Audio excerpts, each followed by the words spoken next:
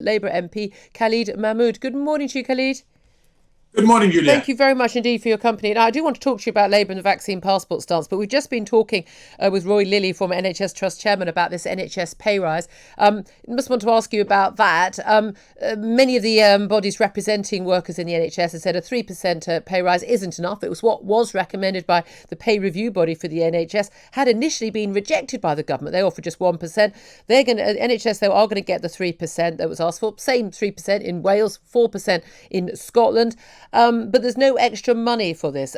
Do you think the 3% is the right amount? And are you concerned that that extra pay, the few £1 billion to pay for that, is going to come out of other vital care through the NHS? Well, first of all, the other money that we're talking about has been a lot of it's been squandered away on the PPA scandals and also some other misuses, as well as the setting up of the Nightingale hospitals, which we then, without thinking about anything, we managed to get rid of. And now we're putting the hospitals under more pressure again. And that's been a real problem. And I think the issue with the whole of this debate is that has the government actually looked into what we were heading towards?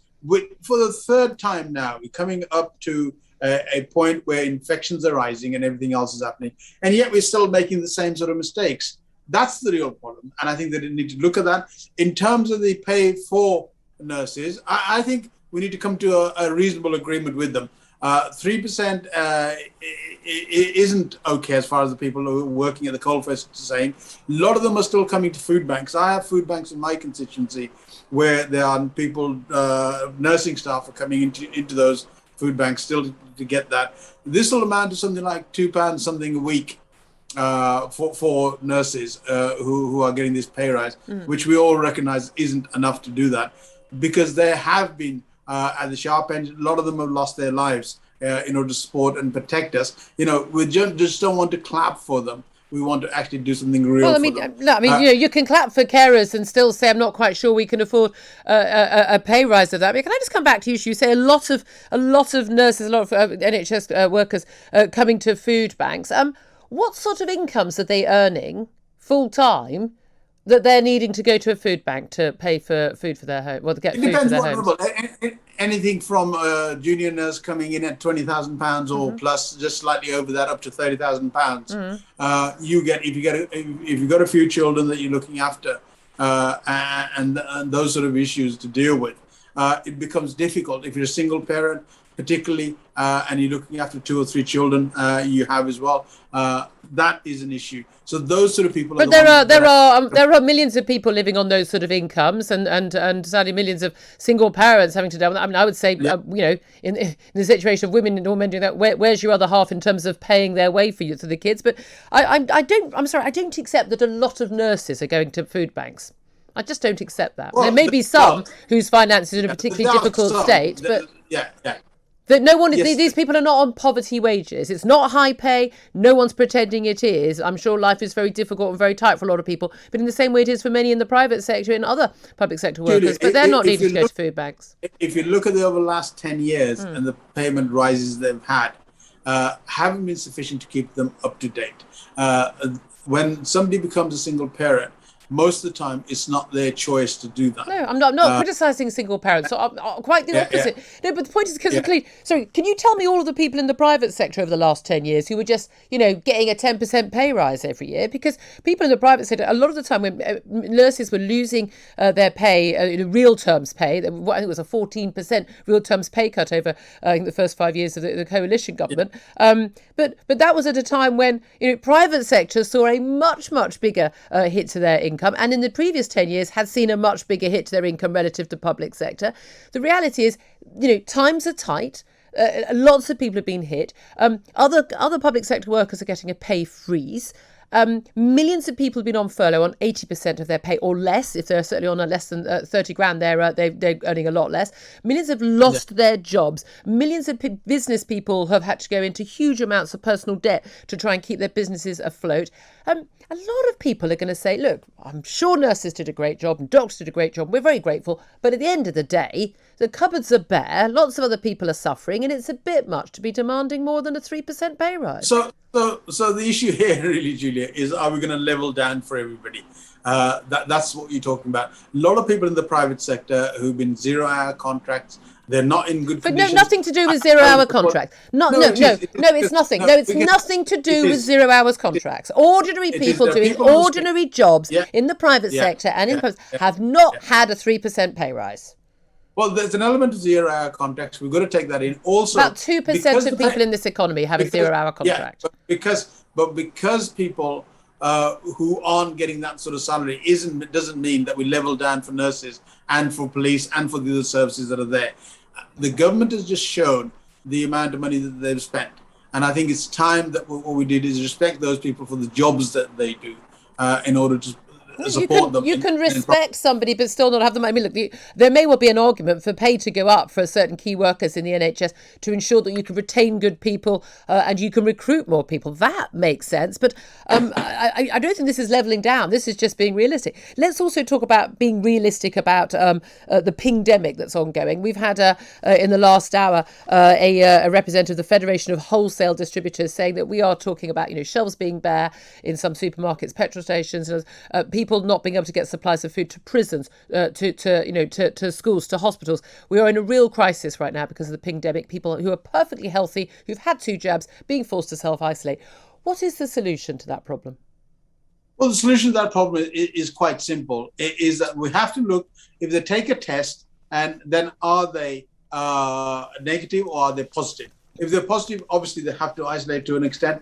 But if they're not positive, they've just been pinged, and they're negative, they can carry on working, and they should be able to carry on working, wearing a proper PE, particularly masks, in their workplace to continue to do that. What the government has done is just taking the fact that because you've been pinged, you carry on isolating. And again, this is the problem that we've had with not thinking this through. First of all, there was no masks for anybody. Then they spoke about the passports. You can have a second dose of the vaccine, but you can still contract COVID and you can still pass it on. So that's why the passports aren't really any good. And the pinging issue can be sensible if we apply it sensibly.